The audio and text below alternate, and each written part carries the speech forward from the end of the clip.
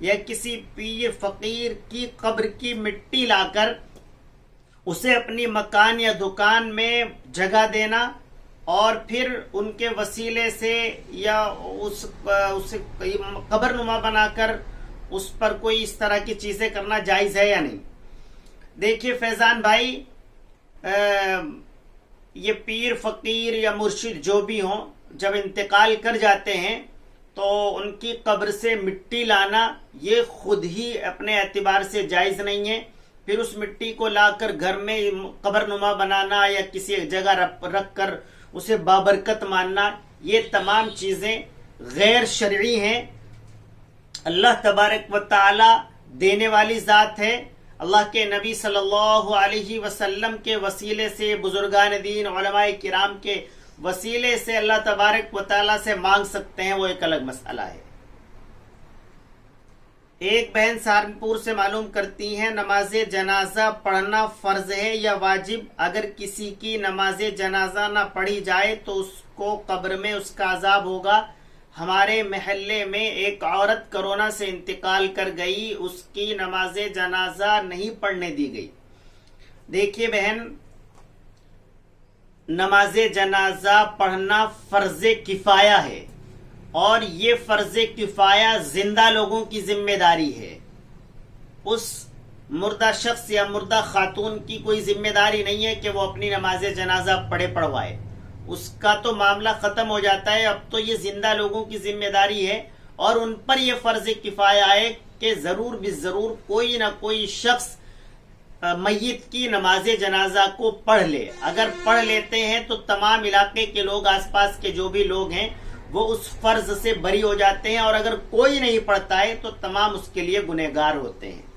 رہی بات کرونا سے انتقال کرنے والوں کے لیے، کہیں پر تو کچھ لوگوں کو اجازت دے دی جاتی ہے، لیکن کہیں شاید ایسا بھی ہو رہا ہے کہ بس ڈائریکٹ ہاسپٹل سے لاتے ہیں اور بہت ہی مختصر لوگوں کو، شاید کسی کو چہرہ دکھاتے ہیں، نہیں تو اس کو بہت ہی پیک کر کے لایا جاتا ہے. مشین سے قبر کھودی جاتی ہے اور تقریباً مشین سے، یا مطلب جو بہت ہی مختصر انداز میں ان کو قبر کے اندر اتار دیا جاتا ہے. تو اس طریقے کی آج کل یہ کرونا وائرس کی وجہ سے مجبوری بنی ہوئی ہے. تو اس میں بہرحال مجبور ہے سب لوگ. تو مجبوری کی حالت میں البتہ وہ جس کو دفن کر دیا گیا ہے، جو میت ہے، اس کو نماز جنازہ نہ پڑھنے پر قبر میں کوئی عذاب نہیں ہوگا. اس کے اوپر اس کی کوئی پکڑ نہیں ہے، کوئی مواخذہ نہیں ہے. قاری مصروف رحیمی خانقاہ رائے پور سے معلوم کرتے ہیں گروی مال پر زکوٰۃ ہے یا نہیں؟ ہم نے بینک کے اندر اپنا سونا رکھ دیا ہے اور اس کے پیسے ہم نے ادھار، اس کے بدلے ادھار پیسے لیے ہیں، قرض لیا ہے، تو اس پر زکوٰۃ ہے یا نہیں؟ دیکھیے قاری صاحب، جو مال گروی رکھ دیا گیا ہے، تو جو چیز رہن رکھ دی گئی ہے، اب اس کی زکوٰۃ نہ راہن پر ہے نہ مرہون پر ہے. نہ جس شخص نے وہ مال، وہ سونا وہاں پر رکھا ہے، اس پر بھی زکوٰۃ نہیں ہے، اور جن کے پاس وہ رکھا گیا ہے اس پر بھی زکوٰۃ نہیں ہے. میرٹھ سے محمد اسلم علی معلوم کرتے ہیں روزے کی حالت میں خون دینے سے روزہ ٹوٹ جاتا ہے یا نہیں؟ جی اسلم بھائی، بالکل نہیں. روزے کی حالت میں اگر ضرورت پڑ رہی ہے خون دینے کی، ڈونیٹ کرنے کی، تو آپ دے سکتے ہیں، کوئی حرج کی بات نہیں ہے، کوئی گناہ نہیں ہے، نہ روزہ ٹوٹتا ہے. ایک بہن دہرادون سے معلوم کرتے ہیں روزے کی حالت میں لپسٹک لگانا جائز ہے یا نہیں؟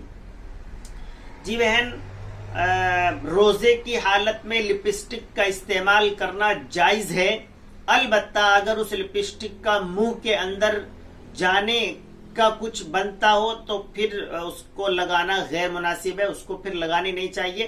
بالکل باہر کے باہر ہونٹوں پر لپسٹک کا استعمال کر سکتی ہیں خواتین. یمنا نگر سے اسجد قادری کا سوال ہے اسٹرابری کھانا جائز ہے یا نہیں؟ اسٹرابری ایک پھل ہے، اس کے تعلق سے یہ سوال ہے. اصل میں کچھ لوگوں نے اسے جو جہنم کا پھل ہے زقوم، اس سے مشابہت دی ہے کہ یہ اس طرح کا کوئی پھل ہے. اس طرح کا کوئی نظام، کوئی بات نہیں ہے کہ یہ جہنم کا کوئی پھل ہو. اسٹرابری کا کھانا بالکل جائز ہے، کوئی حرج کی بات نہیں ہے. ایک بھائی کا سوال ہے روزے کی حالت میں آنکھ میں دوائی ڈالنا کیسا ہے؟ روزے کی حالت میں آنکھ کے اندر دوائی ڈال سکتے ہیں، کوئی حرج کی بات نہیں ہے۔ بہت شکریہ۔ السلام علیکم ورحمۃ اللہ وبرکاتہ۔